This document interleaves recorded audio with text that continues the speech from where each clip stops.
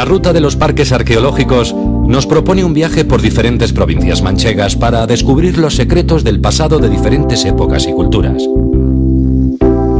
El Parque Arqueológico de Alarcos, en la provincia de Ciudad Real, se alza próximo a los terrenos donde tuvo lugar la batalla con el mismo nombre, y es un parque que entusiasmará a los amantes de la época medieval, ya que además del ópidum ibérico, sus restos arqueológicos son los de una ciudad medieval.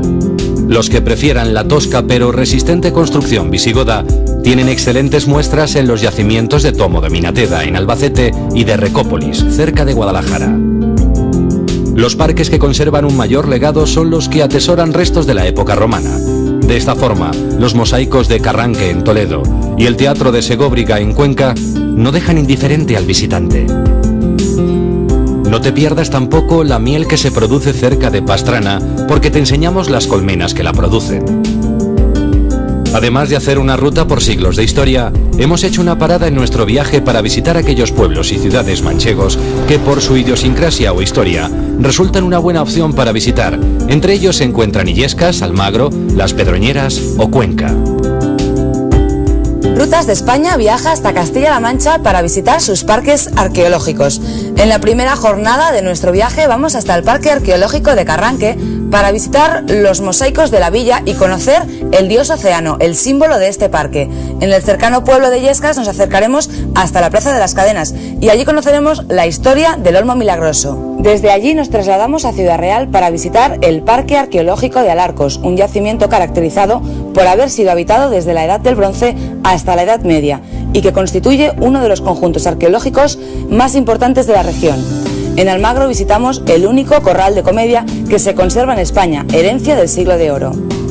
En el segundo día de viaje nos acercamos hasta Albacete, donde pararemos en el Parque Arqueológico de Tomo de Minateda, con restos de la época visigoda y situado en un cerro desde el que se divisan las montañas de los Cuchillos, Cabeza Llana o el volcán Canarix. A la hora de comer vamos a Las Pedroñeras para degustar un típico ajo arriero y de allí hasta Cuenca, para dejarnos encantar por las casas colgadas y la bonita catedral de esta ciudad, patrimonio de la humanidad. En nuestro tercer y último día de viaje de esta ruta vamos al espectacular Parque Arqueológico de Segóbriga, donde se conservan los restos de la ciudad romana mejor conservada de toda la meseta castellana.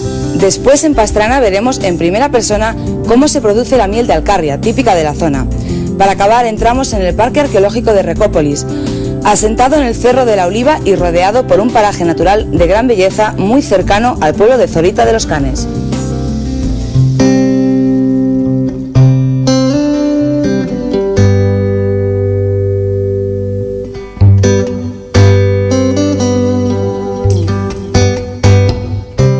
Empezamos nuestro recorrido por los parques arqueológicos de Castilla-La Mancha en la provincia de Toledo, visitando el yacimiento romano de Carranque, situado en el pueblo que lleva su nombre. El descubrimiento accidental en el año 1982 de una parte de sus mosaicos provoca el inicio de las excavaciones. El parque arqueológico se extiende a ambos lados del río Guadarrama y cuenta con un paraje natural de gran belleza, que muchos visitantes aprovechan para practicar deportes de aventura al aire libre, como el popular vuelo con motor.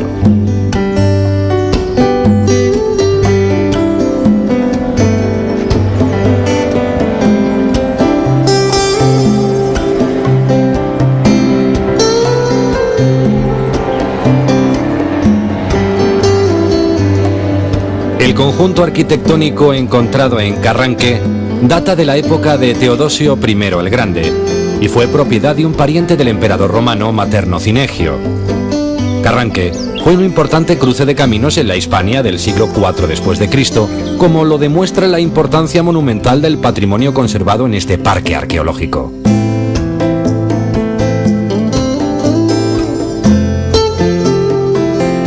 A tan solo unos metros nos encontramos con la villa de Materno, una villa típicamente romana de planta cuadrada, con un patio central rodeado por unas 20 estancias, que se encuentran pavimentadas con mosaicos que han permanecido excelentemente conservados hasta la actualidad.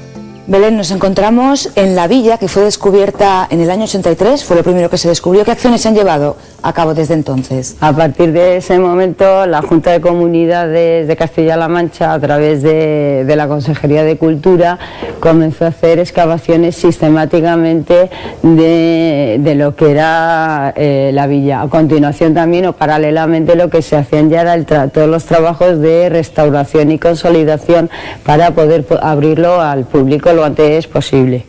Para que nuestro público se haga una idea, ¿qué aspecto tenía esto en la época original? Hombre, el aspecto de esto era un aspecto de lujo, es quizá una de las grandes villas. Hay que pensar que en los mosaicos hay 3 talleres trabajando al mismo tiempo que firman las obras. Con posterioridad, bueno, tenían agua corriente, sabemos porque se pueden ver parte de las cañerías. Y quizá lo más espectacular es lo que es el sistema de hipocausto, un sistema de calefacción. Las habitaciones importantes tenían un sistema que se calentaban los suelos, lo que ahora se llama suelo irradiantes, y que o en Toledo las glorias, ¿no? Entonces eso unido a las pinturas, a los mosaicos, absolutamente, a los muebles. Sabemos los muebles por los restos que nos han aparecido, eran muebles de muchísimo lujo, de marfil, con nácar. Entonces era, digamos, bueno, pues una gran villa. Aunque sin duda lo más espectacular de esta villa son los mosaicos, que son de los más importantes que se encuentran en la península ibérica. Sí, como colección de mosaicos es quizá la más importante de todos. Los mosaicos figurados, no solamente los figurados, yo aquí siempre digo que hay que admirar todos los mosaicos. Y esos mosaicos, bueno, pues ya te digo, es una gran colección. Descríbeme cuáles son los más importantes. Hombre, los más importantes son los que tienen esas escenas de los mitos, en las que desde el dormitorio principal del dueño de la villa, con escenas de amor, aparece Píramo y Tisbe, que es una escena que todos conocemos, Romeo y Julieta. Está luego el joven Acteón castigado por la diosa Diana, el amor entre Neptuno y Amimone, o bueno, el rapto de Hilas, el escudero de Hércules, por las ninfas ante su gran belleza. Hay otro que es un poco más dramático, es la muerte del joven Adonis, justo el momento en el que es herido por un jabalí, mientras los dioses Venus y Marte ven la escena, están hablando de lo que está ocurriendo en el mundo terrenal.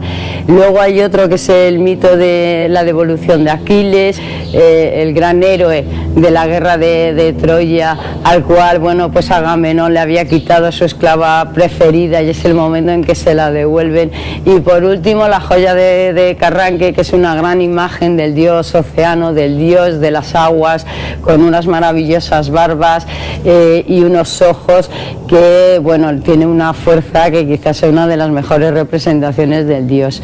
Y esos son un poco las grandes joyas de Carranque. Siguiendo el recorrido del parque arqueológico, nos encontramos con los restos del monumento circular bautizado como Ninfeo, ya que su forma recuerda a los templetes erigidos en honor a las ninfas. El interior contaba con un pavimento de mosaicos del que hoy apenas quedan muestras. En realidad, la función que tuvo este monumento no está clara. Podría tratarse tanto de un aljibe como de un mausoleo.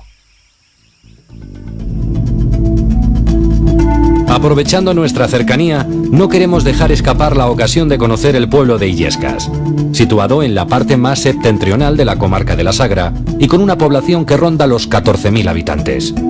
Lo que más nos llama la atención es la Plaza de las Cadenas y la Iglesia de la Caridad. La Plaza de las Cadenas cuenta también con el Olmo del Milagro. Después nos dirigimos a la Plaza Mayor, donde destaca la Iglesia de la Asunción de Santa María y la Fuente de los Leones.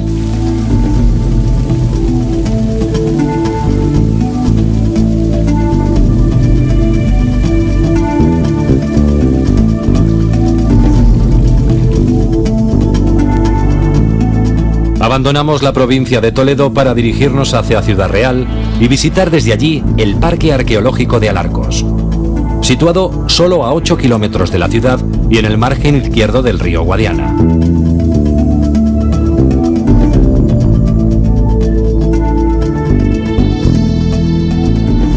En un cerro que se eleva unos 100 metros por encima del nivel del río, El Parque Arqueológico de Alarcos alcanza una extensión de 33 hectáreas.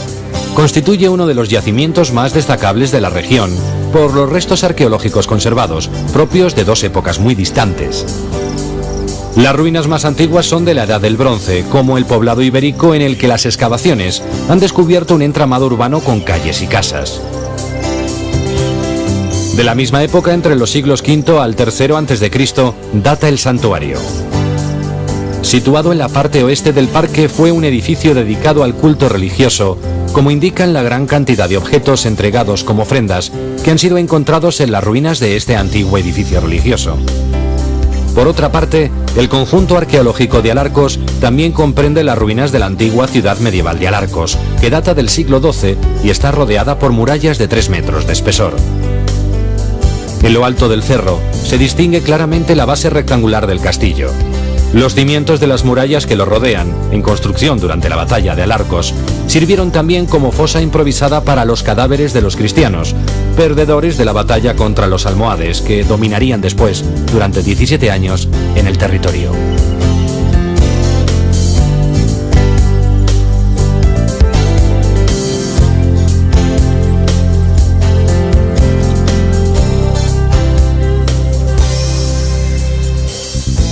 Nos encontramos en el Parque Arqueológico de Alarcos, Calatrava. Estamos con su director. Hola, ¿qué tal? Buenas. Y este parque arqueológico se caracteriza precisamente porque conserva restos arqueológicos de diferentes épocas. La primera de las épocas con la que nos encontramos aquí data de la Edad del Bronce aproximadamente. Sí, efectivamente nos encontramos en el Parque Arqueológico en Alarcos, concretamente en uno de los 2 yacimientos que tiene el parque, al lado del Guadiana, y eso le da a este cerro una posición estratégica de gran valor.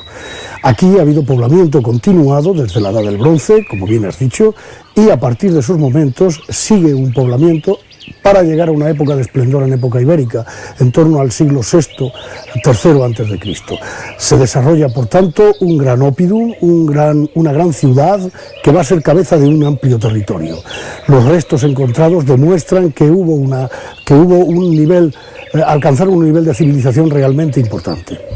La siguiente fecha de relevancia que encontraríamos, la siguiente época, dataría del siglo IX y se refiere al castillo que fue inicialmente árabe. Sí, bueno, digamos que es del siglo IX, de IX al XI, ¿no? Es difícil de precisar todavía durante la primera época de dominación islámica. Después de un periodo de decadencia o de despoblamiento de la zona, donde habría otros sitios del entorno que estarían más poblados, Alarcos tendría un protagonismo de un castillo dependiente de Calatrava. En ese castillo, después de la conquista de Calatrava en 1147, ya llegado el momento de la conquista por Alfonso VII el emperador, en Alarcos se va a desarrollar un plan de trabajo de construcción de una ciudad de nueva planta del rey. Es decir, va a ser el propio rey y lo va a demostrar viniendo a ver las obras en los años 1190, 1191 y 1192. Es decir, viene el rey a ver las obras en el desarrollo de una ciudad de nueva planta. En esta explanada que tengo precisamente a mi espalda tuvo lugar la famosa y conocida batalla de Alarco. ¿Me puedes explicar qué consecuencias tuvo? Bien, estando, como digo, en plena construcción la ciudad, y al menos eso así lo tenemos demostrado, se produce un hecho de armas cerca de donde estamos, justamente a las faldas del yacimiento, a las faldas del cerro, el desarrollo de una batalla que enfrentó a castellanos y almohades de Almansur, los castellanos de Alfonso VIII y los almohades de Almansur, que vino a traer, la gran derrota del ejército cristiano, que tuvo que replegar sus líneas de nuevo hacia Toledo. Es decir, eso significó una época que nosotros también tenemos documentada en Alarcos, en el mismo castillo donde ahora mismo nos encontramos, de 17 años de ocupación almohade del castillo de Alarcos. En épocas posteriores se intentó repoblar esta zona, pero fue imposible hasta que Alfonso X fundó lo que hoy se conoce como Ciudad Real. Sí, vamos, después de Alarcos, después de la batalla de Alarcos, después de los 17 años almohades, Alarcos se recupera con el camino del ejército cruzado hacia las Navas de Tolosa, se intenta repoblar Alarcos, no se puede, y Alfonso X funda una ciudad al ladito de Alarcos, en un poblado que pertenecía al término municipal de Alarcos, que era Pozuelo Seco de Don Gil. Allí funda Ciudad Real. La idea es exactamente la misma, es decir, por eso nosotros solemos decir la continuidad de Alarcos, es decir, es el Alarcos moderno. Un julio de 1195, la batalla de Alarcos se enfrentó a cristianos y almohades y dejó el territorio en manos de los árabes. La reconquista de la ciudad amurallada tuvo lugar 17 años después, con motivo de la expedición de las Navas.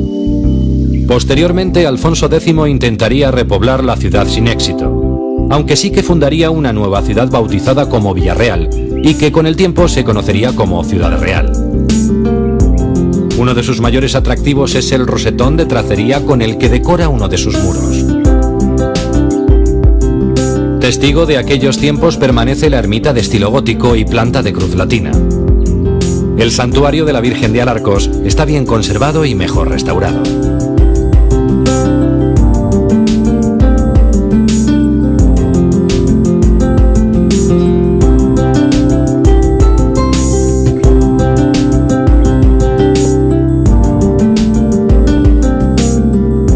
Del Parque Arqueológico de Alarcos nos desplazamos hacia la población de Almagro, situada en pleno centro de la Comunidad Autónoma de Castilla-La Mancha.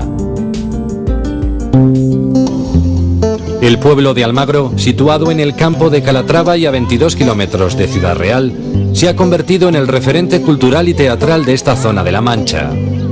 Esta villa, que cuenta con una dilatada historia y las artes escénicas, fue declarada Conjunto Histórico-Artístico en 1972 y en la actualidad presenta su candidatura como Ciudad Patrimonio de la Humanidad, como Ciudad de Cultura y Teatro.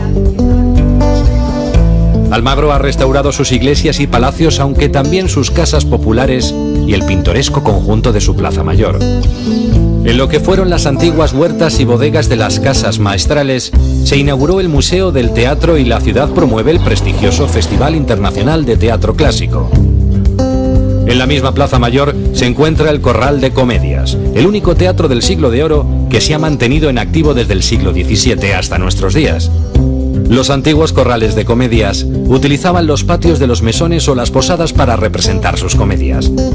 El Corral de Comedia de Almagro fue construido por Leonardo de Oviedo, utilizando el antiguo Mesón del Toro. Estamos en Almagro, que es una ciudad visitadísima. Yo creo que está entre la segunda y la tercera ciudad manchega más visitada. Pepe, ¿a qué se debe esa potencia turística de Almagro? Efectivamente, Almagro es una de las ciudades más visitadas de Castilla-La Mancha. Algunas estadísticas hablan de que es la tercera y otras de que es la segunda ciudad más visitada después de Toledo o Cuenca, respectivamente. Y esta importancia turística se debe a que es uno de los conjuntos históricos mejor conservados de Castilla-La Mancha y a que cuenta en su haber con importantes recursos, como por ejemplo el Corral de Comedias en el que nos encontramos, que es el único de su clase que se ha conservado en nuestro país. Además, cuenta con una amplia oferta tanto de alojamiento como de restauración y de actividades alternativas, como por ejemplo la visita dramatizada también en el Corral de Comedias. Me acabas de hablar precisamente del Corral de Comedias, que es donde nos encontramos en este momento, y a mí me gustaría que me explicaras cuándo se construyó y cuándo posteriormente se ha restaurado. Pues el Corral de Comedias se creó, mejor dicho, se construyó en el año 1628. Para ello utilizó un edificio preexistente, que era el Mesón del Toro. Las obras se deben a don Leonardo de Oviedo, que era un noble y presbítero de la ciudad de Almagro. Se estuvo utilizando como espacio escénico, combinando este uso con el de mesón hasta mediados del siglo XVIII, y a partir de entonces se dejó de utilizar como teatro y se continuó utilizando como posada. Fue redescubierto en los años 50 y declarado Monumento Nacional en 1955, y prácticamente desde entonces volvió a utilizarse para las representaciones teatrales. Hay algunas cosas que hoy en día llaman mucho la atención, algunas curiosidades de este Corral de Comedias, como por ejemplo el patio de los mosqueteros. ¿Qué era? Pues el patio de los mosqueteros es el patio central del Corral de Comedias y es el lugar que era destinado para ser ocupado por los mosqueteros. Los mosqueteros era como se denominaba en aquella época a los hombres de estrato social más bajo. Y también no se podían juntar los dos sexos, por lo tanto había una parte destinada exclusivamente para las mujeres. Los reglamentos de teatro, el primero de ellos publicado en 1615, prohibían expresamente que en las comedias hombres y mujeres estuviesen juntos para evitar escándalos morales o escándalos públicos.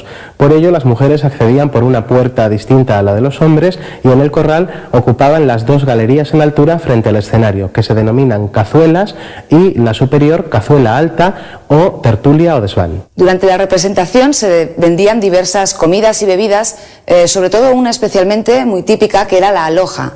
Efectivamente, los reglamentos de teatro prohibían también la venta de vino en los corrales de comedias para evitar escándalos y desórdenes, y por ello se vendía la aloja en las alojerías, que era la zona del corral destinada al efecto. La aloja era una bebida que se hacía con agua, miel y especias y se vendía para que la gente se refrescara junto con fruta fresca o fruta seca, que eran consumidos durante la representación de las comedias, que solía durar 2 y 3 horas. Es muy interesante lo que me acabas de explicar. ¿Qué te parece si lo vamos a ver sobre la marcha? Vámonos. Desde la Plaza Mayor nos sumergimos en el entramado de las calles que pertenecen al barrio noble. Una distribución urbanística que ha permanecido inalterable hasta nuestros días. Paseando por las antiguas casonas hidalgas, nos encontramos con la puerta de la Casa de Oviedo, que conserva todavía la portada original de antes del siglo XVI, con sillares de piedra arenisca. Seguimos nuestro paseo por Almagro hasta llegar al antiguo almacén de los Júcares, un edificio del siglo XVI que constituye el paradigma de la arquitectura almagreña, con su característica mezcla de arquitectura culta con popular.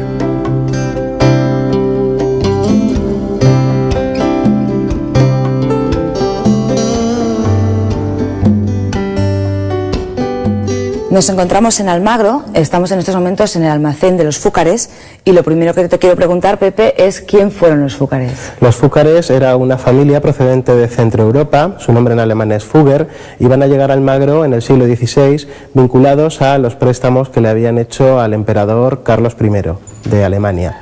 Él les va a conceder el arrendamiento de las minas del campo de Calatrava y ellos se van a instalar en Almagro a partir del siglo XVI.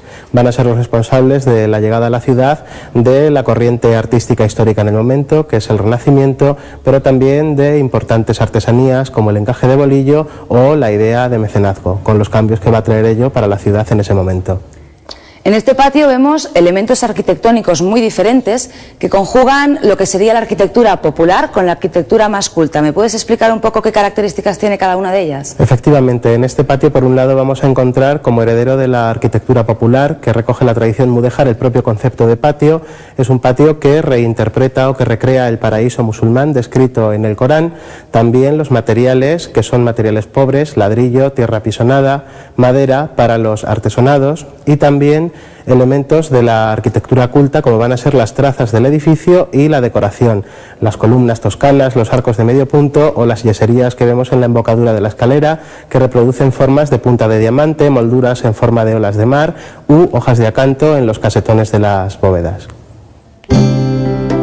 La mezcla de estilos entre el patio musulmán y el de inspiración italiana, con sus dobles galerías de arcadas de medio punto, sostenidas por columnas toscanas muy estilizadas, le dan al conjunto un aire inconfundible propio de la arquitectura de la ciudad. Almagro recibe cada año infinidad de visitantes que asisten al Festival Internacional de Teatro.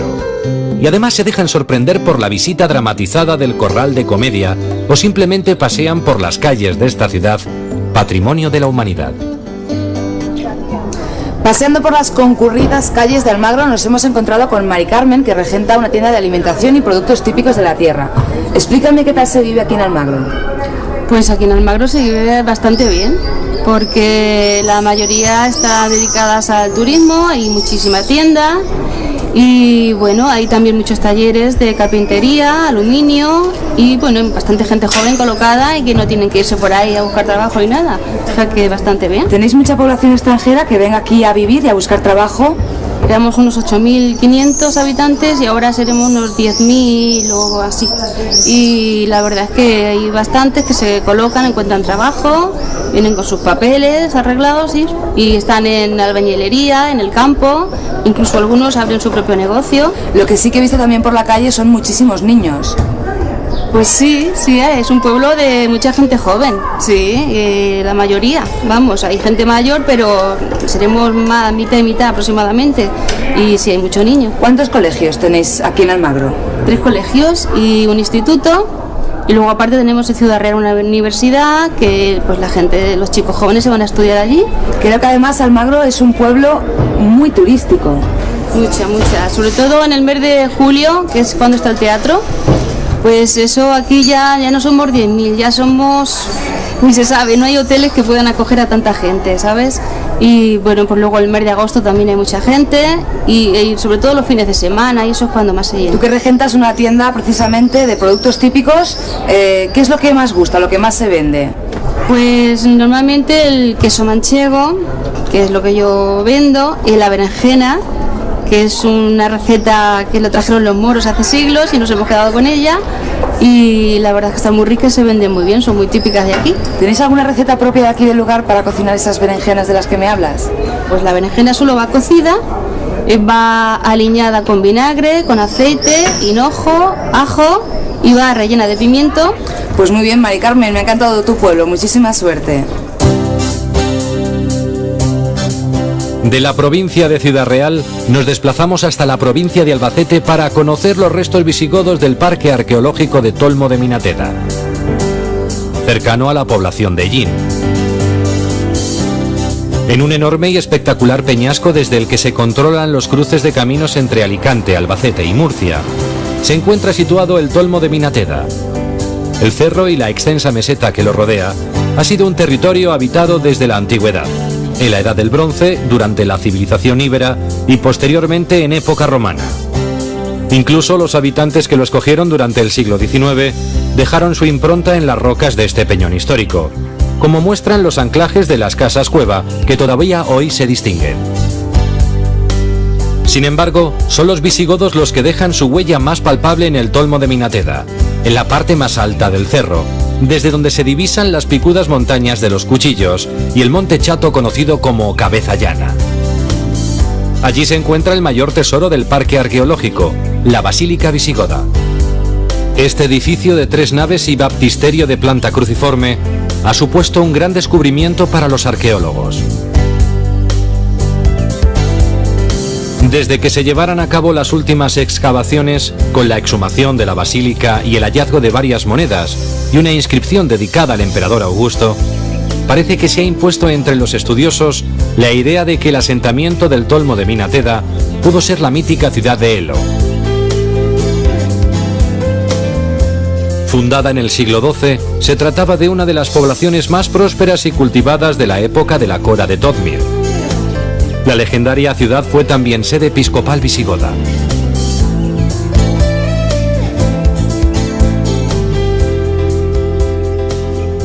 Nos hemos desplazado hasta Ellín, la provincia de Albacete, para visitar el Parque Arqueológico de Tolmo de Minateda. Buenos días, estamos aquí con el director, Pablo. Hola, buenos días. ¿Qué tal? Nos encontramos en estos momentos exactamente sobre las ruinas de una basílica visigoda.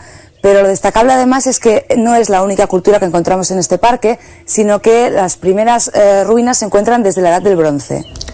Sí, lo más antiguo que hemos documentado aquí en el yacimiento pertenecen a la Edad del Bronce, a la Edad del Bronce pleno. Estamos hablando de hacia el 1500 a.C. y corresponden a aparte de una de las murallas, a una serie de viviendas de planta ovalada y a varios enterramientos que tenemos documentados. Los primeros restos de los que tenemos noticia son restos romanos. Sí, bueno, antes de eso el Tolmo se transforma en un oppidum ibérico que a su vez se transforma en un municipio romano, con la categoría de municipio. Estamos hablando de época altoimperial, prácticamente el cambio de era, hacia finales del siglo I a.C. Y como digo, el Tolmo se convierte en un municipio bastante importante y eso implica que se tengan que construir varios edificios importantes. Esos restos reutilizados serían utilizados posteriormente por los visigodos, que es la civilización de la cual quedan más restos. Sí, después del auge romano parece que el yacimiento entra en decadencia y en el siglo VI vuelve a tener, por esa importancia estratégica, vuelve a tener una vida muy importante, valga la redundancia. Se crea una sede episcopal y eso implica la construcción, bueno, por un lado la refortificación de nuevo de la ciudad y por otro lado la construcción de un complejo religioso. Finalmente, los siguientes pobladores de este cerro, de este territorio, datan ya del siglo XIX. Sobre las ruinas de la ciudad visigoda se construye una ciudad musulmana con pequeñas casas, con callejuelas, y esa ciudad se abandona definitivamente hasta el siglo, a finales del siglo IX o principios del siglo X después de Cristo. Y es a finales del siglo XIX y a principios del XX donde florece una nueva manifestación, que es la construcción de una serie de casas semirrupestres, aprovechando los abrigos y los huecos en la ladera del cerro. En la actualidad ya se puede visitar este parque arqueológico, pero sin embargo no está abierto todavía completamente al público. Creo que será el año que viene. Sí, el parque como yacimiento arqueológico está abierto todo el año. Los restos que tenemos documentados se pueden visitar. Incluso cuando estamos en campaña, los técnicos acompañamos y hacemos visitas guiadas, hacemos jornadas de puertas abiertas, pero hasta la primavera del 2008 no está previsto que se abra como parque con todas las infraestructuras que ello conlleva. Pues Pablo, muchísimas gracias por tu guía. En el Parque Arqueológico del Tolmo de Vinateda se conserva también las construcciones más modernas que datan del siglo XIX. El peñasco del Tolmo, con sus impresionantes perfiles y sus rocas areniscas recortadas contra el cielo, siguen acogiendo hoy a todo huésped que se acerque hasta allí.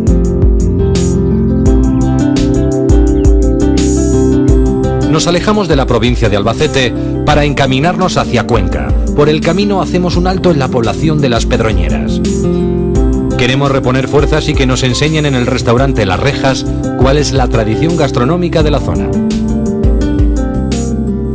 A ver, explícame qué plato nos vas a preparar. Bueno, vamos a preparar un ajorrero ahumado, que es un plato típico manchego, que es un guiso tradicional de patata puerro con un bacalao ahumado.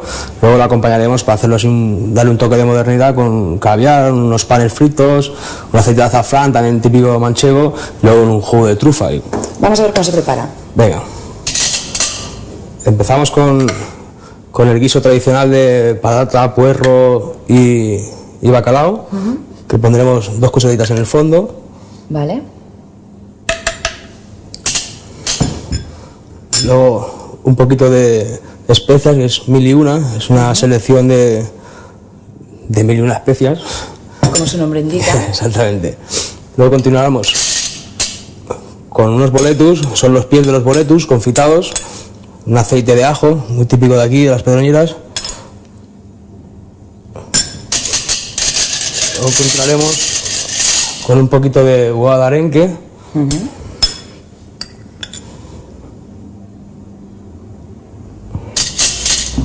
Luego, para darle un toque crocante al plato, serán unos panes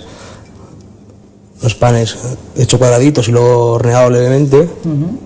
Es el punto crujiente del plato, ¿no? Para darle un poco de textura. Muy bien. Luego vamos con un aceite de azafrán.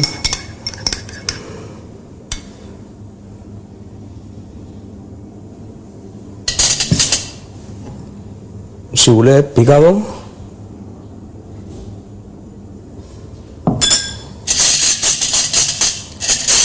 Vamos con un poquito de juguito de trufa.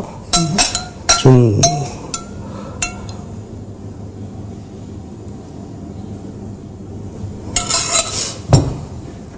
Y ya para terminar vamos con unas flores de romero.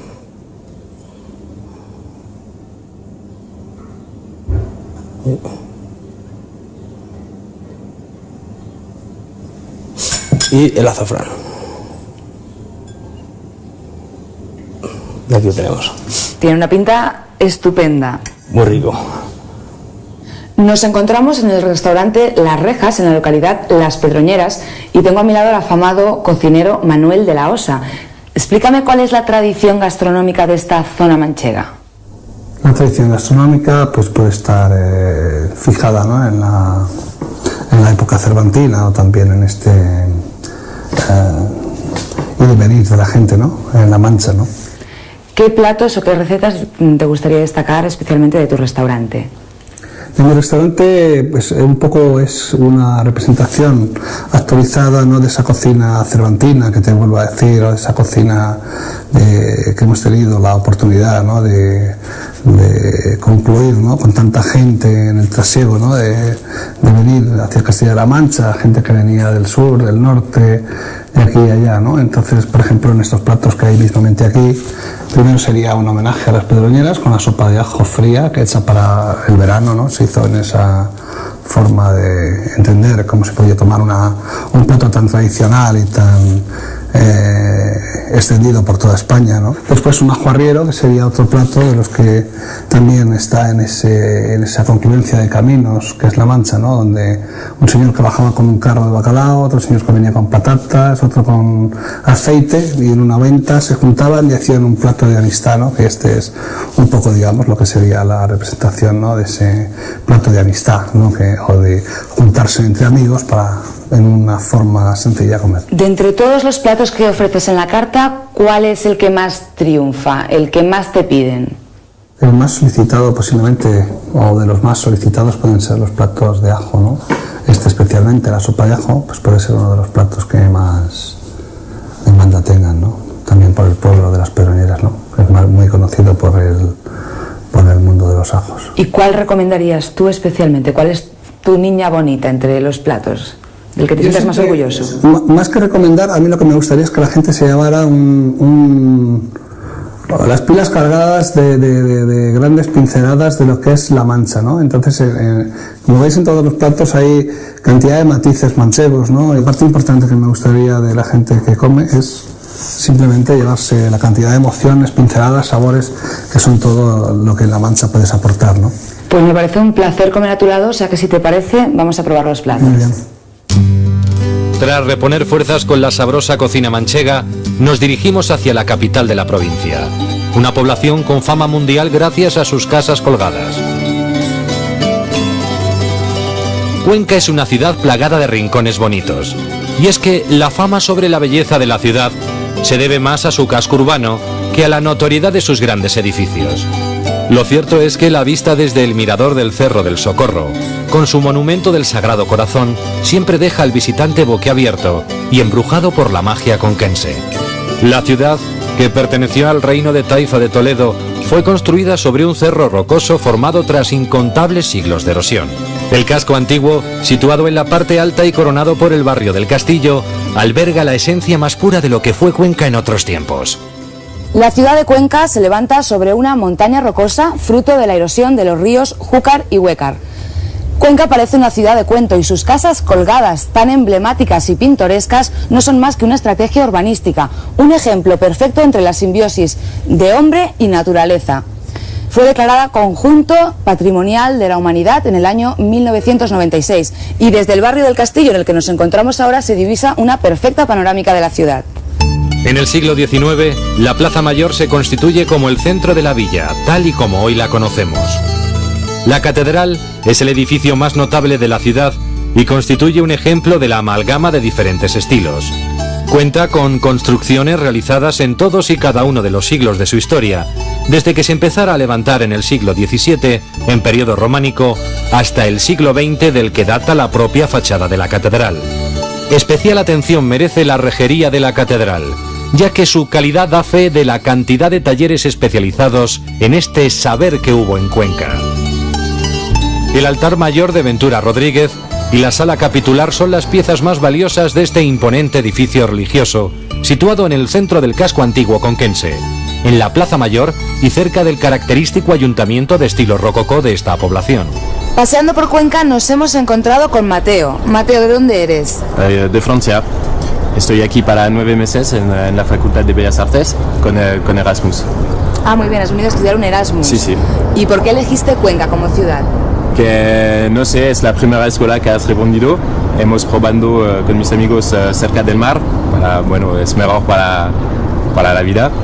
Hemos llegado aquí para, no sé, sin conocer la ciudad, sin conocer nada de aquí. Pero bueno, somos contentos aquí. Y explícame qué es lo que más te ha gustado. Cuenca es una buena ciudad. Bueno, un poco pequeño, pero hay muchos estudiantes para salir, para hacer la fiesta. La ciudad está bonita, todo el casco antiguo y todo eso. Hay una grande diferencia entre el centro de la ciudad, que está un poco, no sé, no me gusta mucho el centro, pero aquí todo el casco antiguo con la iglesia, la Plaza Mayor, todo está muy bonito. ¿Qué te parecen las casas colgadas? Bueno, es el símbolo de Cuenca, que es extraño eso porque vemos muchas botellas de la casa colgada, ¿sabes? Eso es extraño, es muy kitsch, creo, pero la casa colgada está muy bien, hay un punto para ver de lejos la casa, está muy bien. Si tuvieras que recomendar esta ciudad a un amigo tuyo para que viniera a estudiar, ¿lo harías? Depende del tiempo, creo que un año está bien aquí, pero más es demasiado, creo. Muy bien, pues mucha suerte y muchas gracias. Vale, muchas gracias. A ti. Para conocer el casco antiguo de la ciudad, lo mejor es perderse por sus callecitas en las que alternan sin complejos las sencillas casas, muestra de la arquitectura más popular, con iglesias y conventos en los que se mezclan estilos de diversas épocas. El sorprendente edificio del ayuntamiento está construido sobre 3 arcos de medio punto y data de la época de Carlos III. De corte rococó y proyectado por el arquitecto Jaime Bort en el siglo XVII, el ayuntamiento siempre llama la atención del visitante primerizo. El salón de las sesiones municipales se encuentra sobre los mismos soportales que dan acceso a la plaza mayor de la ciudad.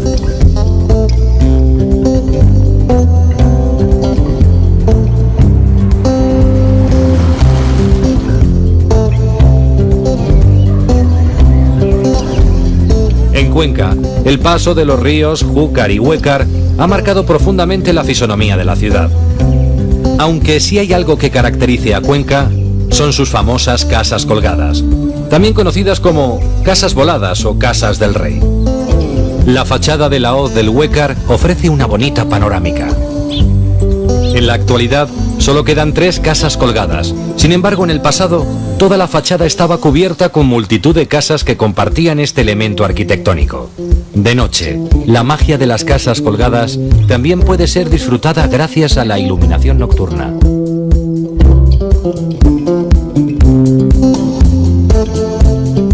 Nos despedimos de la encantadora ciudad de Cuenca para visitar, sin salir de la provincia, el Parque Arqueológico de Segóbriga, uno de los más espectaculares de nuestra ruta. Los restos del Parque de Segóbriga constituyen una de las ciudades romanas mejor conservadas de todo el occidente del Imperio Romano. Fundada en el I a.C., cuando la población de Segóbriga alcanza el estatus de municipio y deja de pagar tributo a Roma, se rodea a la ciudad con una muralla que cuenta con 3 puertas monumentales. Durante la época del reinado del emperador Augusto, Segóbriga se convierte en la ciudad más importante en el cruce de caminos que comunica Cartagena y la meseta. La entrada principal de la ciudad se monumentaliza con la construcción a ambos lados de 2 de los edificios más emblemáticos de este parque. A un lado el anfiteatro, que con su forma elíptica irregular y sus 75 metros de largo, es el mayor monumento del parque con capacidad de albergar hasta 5.500 espectadores. Al otro lado de la entrada, el teatro, con un graderío bien conservado hasta nuestros días. El conjunto arqueológico de este parque, con su muralla, su foro, sus tabernas, sus casas civiles, sus termas monumentales y su circo, sin olvidarnos del teatro y el anfiteatro, hacen de Segóbriga la ciudad romana mejor conservada de toda la meseta castellana.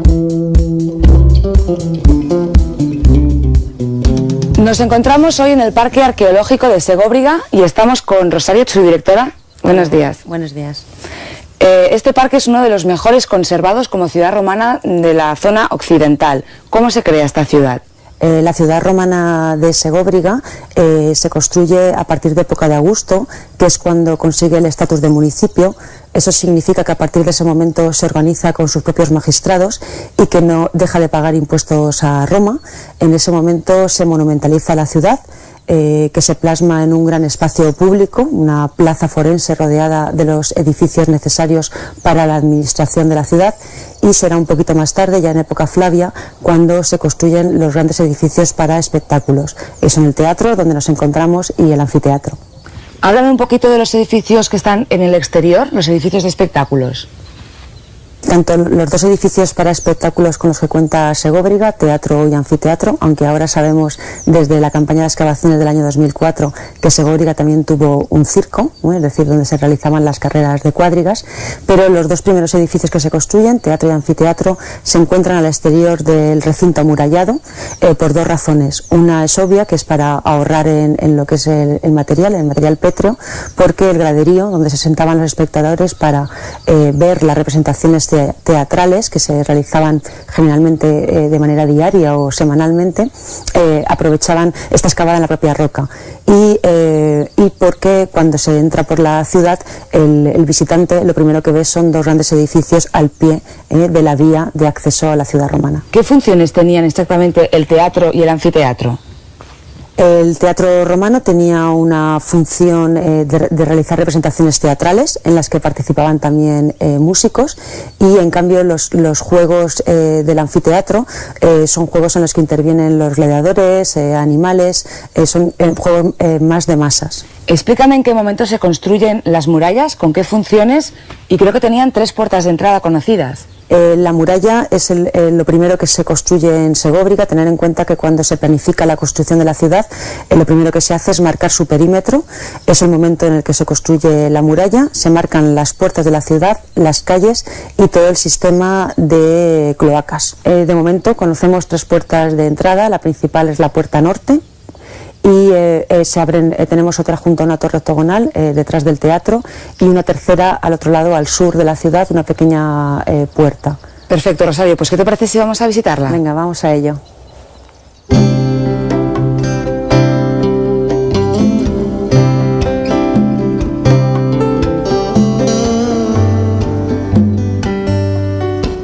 Bueno, Rosario, ahora sí que nos encontramos ya delante de lo que sería el interior de la ciudad. Y vemos el foro, que es una plaza rectangular rodeada de columnas. Explícame qué función tenía. La función del foro en época antigua es un espacio dedicado a la vida política, a la vida social y a la vida económica. En el foro de Segóbriga hemos descubierto una gran inscripción con letras de bronce en el pavimento, incrustada en el pavimento, en la que se menciona al personaje que pagó el foro con su dinero, un tal Spantamicus, que era un indígena originario de Segóbriga. Justo al lado del Fórum, Rosario, tenemos la Basílica, que era un lugar importantísimo para la vida social y pública y política de una ciudad romana. Sí, la Basílica es un gran edificio construido en el lado oriental del foro, un edificio de 3 naves que en principio cumplía la función, era el lugar donde se impartía justicia, pero también donde se realizaban las transacciones comerciales. La Basílica de Segóbriga es una basílica muy antigua, y ello hace que en ambos lados de la basílica existan 2 espacios dedicados a la familia Julio Claudio de representación. Rodeando el Fórum y la Basílica nos encontramos con las tabernas o tiendas, ¿no? Sí, el lado meridional del foro conserva las estructuras de 7 tabernas o tiendas en las que se vendían los productos oficiales de la ciudad, objetos de vidrio, cerámica, para diferenciarlo un poco de lo que sería el maquelum o el mercado donde se hacían las compras diarias. En Segóbriga existen también unas grandes termas monumentales. Sí, hay en realidad hay 2 conjuntos termales, las llamadas termas del teatro, unas termas muy pequeñitas, construidas en época de Augusto, y las grandes termas, las termas monumentales, que se construyen ya a finales del siglo I después de Cristo. Son los espacios de recreo de época romana, es el lugar donde acuden los romanos al baño, que sabéis que en la antigüedad el baño estaba compuesto de 3 fases, se pasaba por una habitación de agua fría, agua templada y agua caliente. Habéis descubierto también un circo que tenía unos 400 metros de extensión. Sí, el circo, la verdad es que es el último gran descubrimiento en la ciudad romana. Se construye a finales del siglo II después de Cristo. Es la 7ª ciudad de Hispania que conserva la estructura de un circo, y es el lugar en el que podrían alojarse hasta 10.000 espectadores para ver carreras de cuadrigas. Hay que decir también que en este yacimiento, en Segóbriga, se ha excavado como un 10% del total, por lo tanto es un yacimiento vivo, el visitante puede verlo año tras año. Sí, esa es una de las ventajas que tiene Segóbriga. Se realizan campañas de excavación cada 6 meses al año. Ello permite conocer cada vez más los edificios públicos y los privados de Segóbriga, y bien, como tú muy bien dices, efectivamente el visitante tiene la oportunidad de venir todos los años para ver edificios excavados.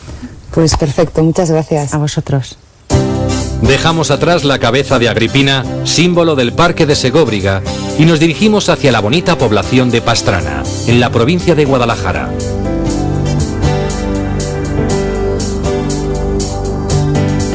Declarada conjunto histórico-artístico desde 1996, la población de Pastrana, al igual que su vecina Zorita de los Canes, perteneció a la Orden de Calatrava. Se trata de un municipio pintoresco, que recibe un gran número de turistas dispuestos a visitar el gran patrimonio de la ciudad. Esta vez, sin embargo, nosotros nos hemos acercado a esta población por otro motivo. En Pastrana se produce la denominada miel de la Alcarria, famosa por su excepcional sabor. Queríamos conocer de primera mano el lugar en el que se produce la miel y para ello hemos contactado con un apicultor de la zona que nos ha enseñado, después de vestirnos adecuadamente, cómo trabajan estas colmenas.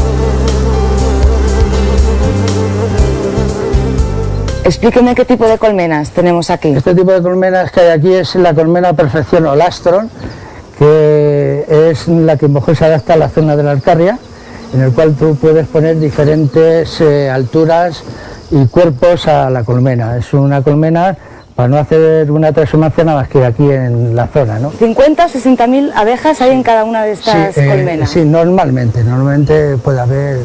¿Cuánta miel puede producir una colmena de estas? Bueno, que depende de los años. Este año quizá, que es un año excepcional, se puede producir entre 20 y 30 kilos. Luis, explícame cómo funciona el tema de sacar la miel de las colmenas. Bueno, pues lo primero que cuando nos arrimamos en la colmena hay que echarle zumo a la piquera y una vez que le echamos zumo hay que destapar por la parte superior de la tapa. Lo que no hay que hacer es dar golpes, porque los golpes a ella se enciscan mucho.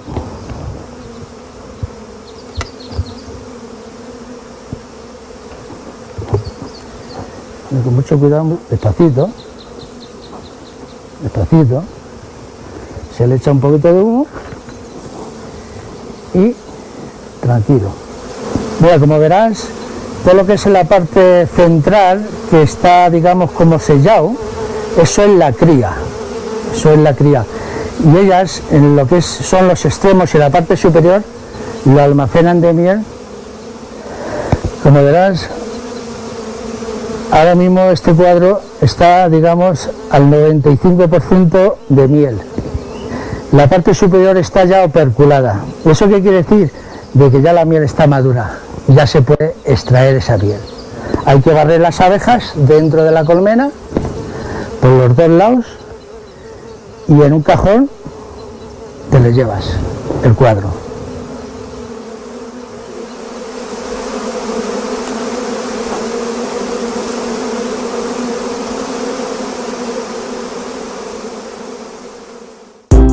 Desde el cercano pueblo de Pastrana nos desplazamos hacia la población de Zorita de los Canes, donde nos espera la visita de nuestro último parque arqueológico, Recópolis, con restos visigodos, árabes y cristianos.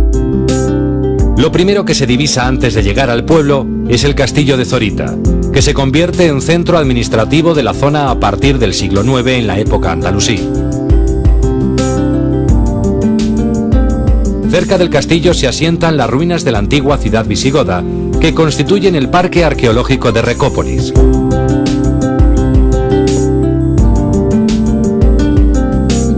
La singularidad de esta ciudad visigoda radica en el hecho de que se construyó en un lugar en el que no existía ningún asentamiento previo, con el objetivo estratégico de dominar el territorio que la rodeaba.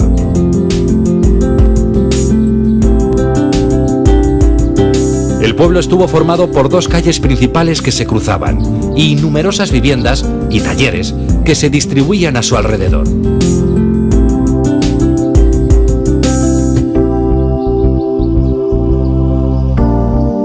A través de un gran arco, del que hoy solo se conservan los sillares, se accede a los restos del conjunto monumental que formaban la iglesia y el palacio. La iglesia palatina, de planta de cruz y cuidada edificación, era el templo más importante de la ciudad.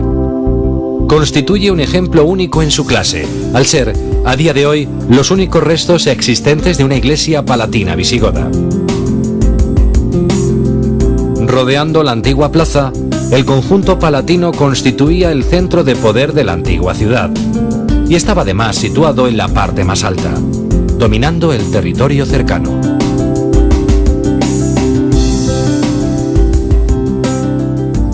Nos hemos desplazado hasta la población de Zorita de los Canes para visitar nuestro quinto parque arqueológico de esta ruta. En esta ocasión es el parque de Recópolis y estoy aquí con Cristina, guía del parque. ¿Qué tal? Hola. Te quería preguntar, el asentamiento primero que se produce en esta zona es visigodo, ¿verdad? Sí, eso es. En el siglo VI, en el año 578, el rey Leovigildo funda la ciudad de Recópolis, en el Cerro de la Oliva, que es donde estamos ahora, en honor a su hijo Recaredo, de ahí Recópolis. Es una ciudad que de nueva planta, como decíamos, que construye con una basílica, un palacio, lo que sería la calle comercial, la calle de las tiendas, sus viviendas, o sea, una ciudad con todas las de la ley. Los siguientes que llegan a este asentamiento y que construyen sobre la ciudad visigoda son los árabes en época caifal, ¿cierto? Pues sí, eso es, y resulta que veían Recópolis enorme para cubrirlo, lo convierten en todo lo que sería el conjunto palatino en fortaleza, el resto se deja de cantera, se llevan por el camino medieval todos los sillares para construir el castillo árabe de Zorita y Zorita de los Canes, lo que era la Alcazaba y la Medina de Zorita. Y finalmente los cristianos son los últimos que ocupan el territorio. Sí, eso es, que construyen lo que sería el templo cristiano, el templo medieval, hacen su necrópolis cristiana medieval, que la construyen encima de lo que eran las ruinas de la basílica en época visigoda. El castillo, aunque está incluido dentro del parque arqueológico, en estos momentos no es visitable todavía. Se visita bajo la responsabilidad de cada uno, es yacimiento, no es visitable. Pues ya como te digo, se visita bajo la responsabilidad de cada uno porque no está habilitado, no se ha excavado nada y entonces pues de momento, pues como te digo, bajo la responsabilidad de cada uno. Muy bien, Cristina, muy interesante tu explicación y muchas gracias. Gracias a ti. Para conocer nuestro pasado y realizar un viaje en el tiempo. Nada mejor que adentrarse en los secretos que esconden los parques arqueológicos manchegos. No te pierdas todo lo que todavía tenemos por enseñar.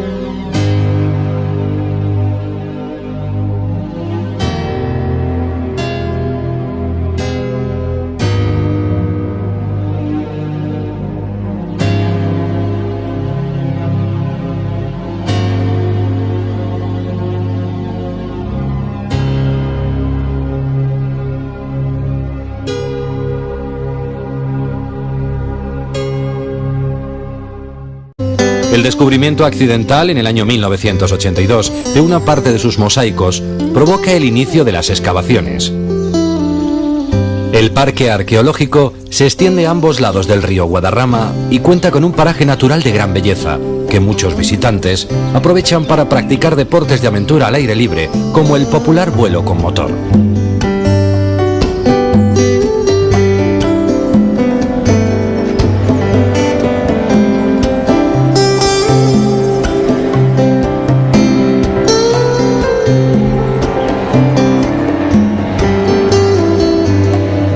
El conjunto arquitectónico encontrado en Carranque data de la época de Teodosio I el Grande y fue propiedad de un pariente del emperador romano Materno Cinegio.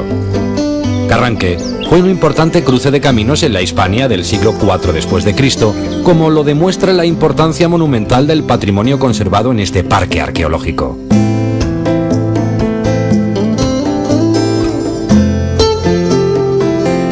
A tan solo unos metros nos encontramos con la villa de Materno, una villa típicamente romana de planta cuadrada, con un patio central rodeado por unas 20 estancias, que se encuentra hasta Albacete, donde pararemos en el parque arqueológico de Tolmo de Minateda, con restos de la época visigoda y situado en un cerro desde el que se divisan las montañas de los Cuchillos, Cabeza Llana o el volcán Canarix.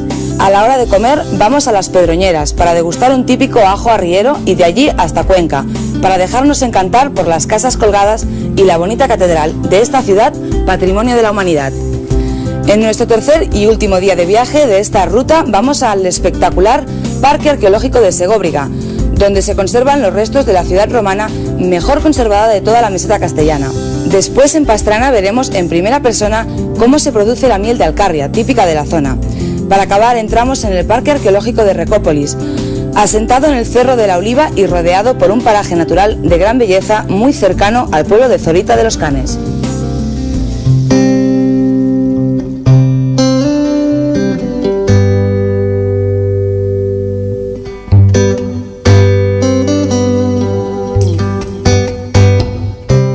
Comenzamos nuestro recorrido por los parques arqueológicos de Castilla-La Mancha, en la provincia de Toledo, visitando el yacimiento romano de Carranque, situado en el pueblo que lleva su nombre.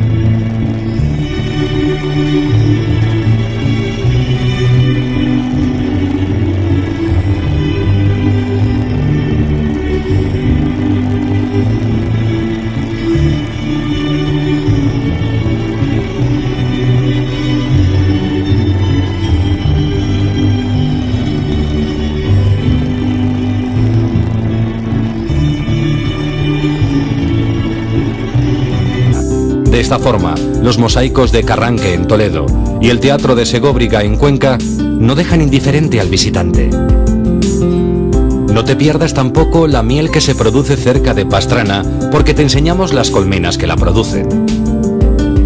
Además de hacer una ruta por siglos de historia, hemos hecho una parada en nuestro viaje para visitar aquellos pueblos y ciudades manchegos que por su idiosincrasia o historia resultan una buena opción para visitar. Entre ellos se encuentran Illescas, Almagro, Las Pedroñeras o Cuenca. Rutas de España viaja hasta Castilla-La Mancha para visitar sus parques arqueológicos. En la primera jornada de nuestro viaje vamos hasta el Parque Arqueológico de Carranque para visitar los mosaicos de la villa y conocer el dios Océano, el símbolo de este parque. En el cercano pueblo de Illescas nos acercaremos hasta la Plaza de las Cadenas y allí conoceremos la historia del Olmo Milagroso. Desde allí nos trasladamos a Ciudad Real para visitar el Parque Arqueológico de Alarcos, un yacimiento caracterizado por haber sido habitado desde la Edad del Bronce hasta la Edad Media y que constituye uno de los conjuntos arqueológicos más importantes de la región. En Almagro visitamos el único corral de comedia que se conserva en España, herencia del Siglo de Oro. En el segundo día de viaje nos acercamos